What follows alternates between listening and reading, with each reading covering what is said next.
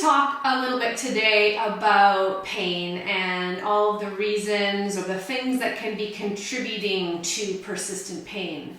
We know that if we've had an injury and we've hit that 3-month mark and we still have pain, then we're moving into a place where the pain is what we would call persistent or chronic.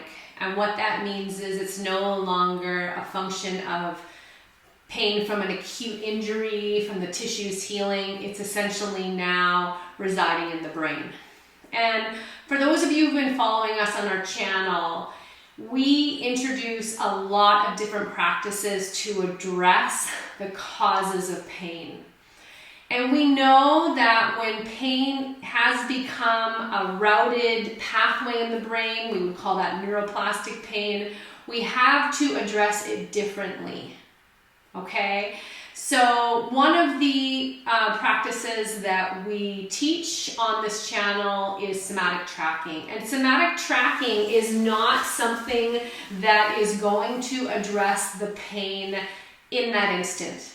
What it is, it's exposure to the pain signal the brain is creating in order to learn how to not fear that pain, in order to desensitize the system. So somatic tracking is an amazing practice, but it doesn't happen overnight that we're changing those pain signals coming from the brain.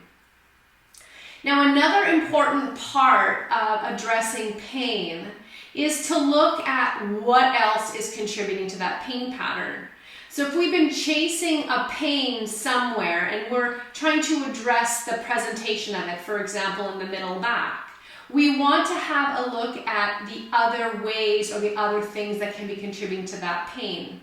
One of those things can be a stagnant lymphatic system. So your lymphatic system is your cleanser, it's your series of pipes. It is what eradicates toxins and junk from your system. Arguably, the lymphatic system, if it's not healthy, is literally, your body is like a fish tank full of sludge, as Dr. Perry Nicholson would say. And so we can be so bound in our lymphatic system that we end up having such tension in the center of the body that it creates referral in other areas. So that's something to consider. The Big Six lymphatic mojo practice is a great practice to use to keep your lymphatic system and your pipes moving. Now, the nervous system. Let's talk about the nervous system. When we have too much stress in our lives or we've had big traumatic events, we want to understand that our nervous system becomes sensitized. I would argue that everyone has an oversensitized nervous system nowadays. We just have too much stimulation, there's too much information, there's too much toxicity in our environment. And so an overloaded nervous system leads to hypersensitivity, which leads to pain. Or if you have a pain presentation, you might notice that when something stressful happens, you notice that those pain levels increase. So that's reflecting the nervous system. With Nicole and I and the work that we teach, we always start with the nervous system, whether it be working with breathing to get the diaphragm functional, to start to lengthen the exhalation, to stimulate a parasympathetic response. We also teach you vagal resets, vagus nerve reset practices, such as the Stanley Rosenberg eye reset or self-stimulation for the vagus nerve. You want to be doing something for your nervous system on a regular basis. Those things can be conscious relaxation practices, like a guided meditation, like a yoga nidra practice, like a 61-point practice. And I want to change your thinking around that those practices are a waste of time. They are so not a waste of time. Doing a 20-minute yoga nidra practice brings more restoration to your body than an hour of sleep. And that's why we have those practices on this channel and on our video on demand channel.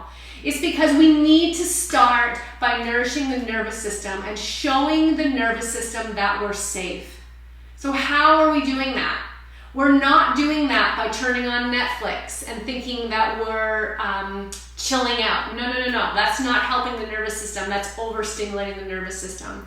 It's not helping us if we're going for a big long run. Are we further stressing the system out by the choices of therapy that we're applying?